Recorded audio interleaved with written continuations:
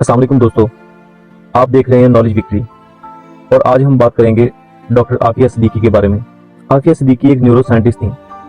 یہ 1990 میں امریکی ریاست ٹیکساس کے اندر اسٹوڈنٹ ویزا پر پڑھنے کے لیے گئیں۔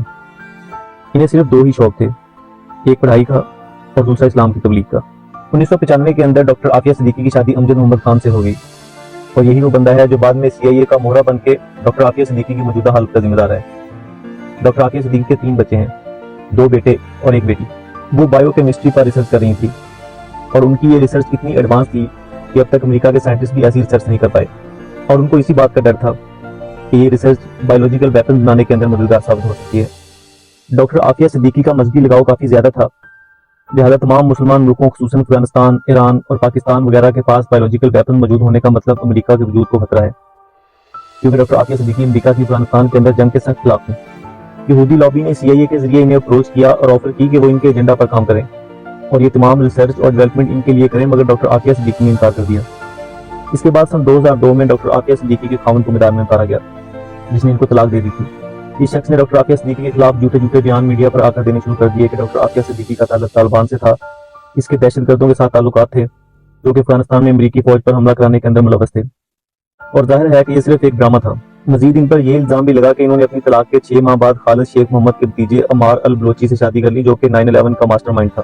ڈاکٹر عافیہ صدیقی کو 2003 کے اندر ان کے کراچی والے گھر سے نامعلوم لوگوں نے اٹھا لیا اور یہ پرویز مشرف کا زمانہ تھا۔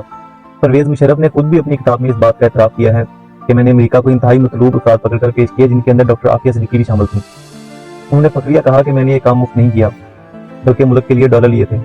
پھر ڈاکٹر عافیہ صدیقی کو افغانستان کی بگرام جیل کے اندر لے جایا گیا، جہاں ان پر شدید ٹارچر کیا گیا اور وہ اچانک سے منظر عام سے غائب ہو گئی۔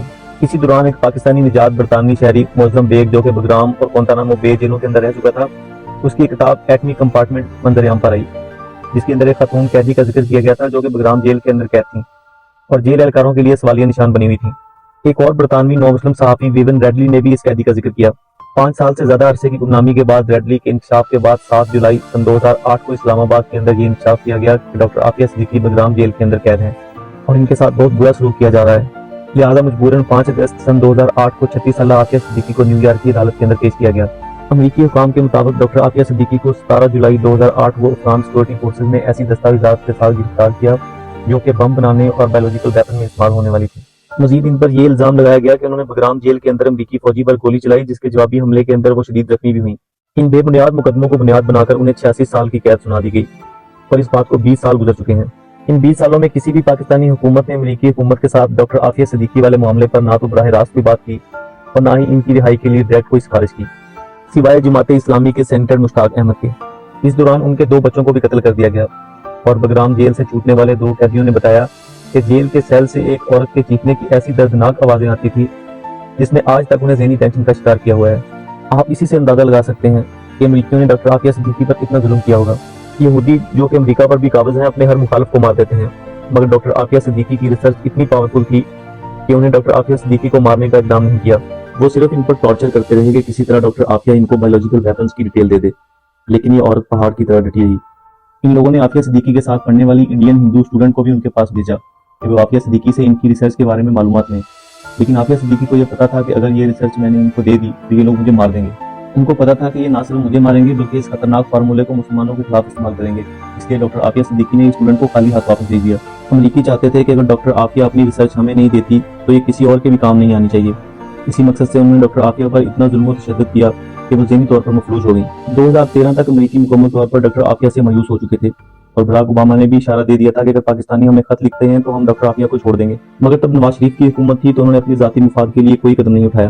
عمران خان نے الیکشن سے پہلے یہ کہا تھا کہ اگر ان کو حکومت ملتی ہے تو وہ ڈاکٹر عافیہ صدیقی کو پاکستان لے کر آئیں گے، اور اس پر کام بھی شروع کر دیا گیا تھا، مگر ان کے ٹائم کے اندر کورونا وائرس، انڈین اٹیکس اور سیاسی مخالفین جیسے اپنے مسئلوں کے اندر الجھنے کی وجہ سے ایسا نہ ہو سکا۔ کچھ عرصہ پہلے ڈاکٹر فوزیہ صدیقی کی ڈاکٹر عافیہ صدیقی سے جیل میں ملاقات ہوئی۔ ڈاکٹر فوزیہ صدیقی عافیہ صدیقی کی بڑی بہن ہے۔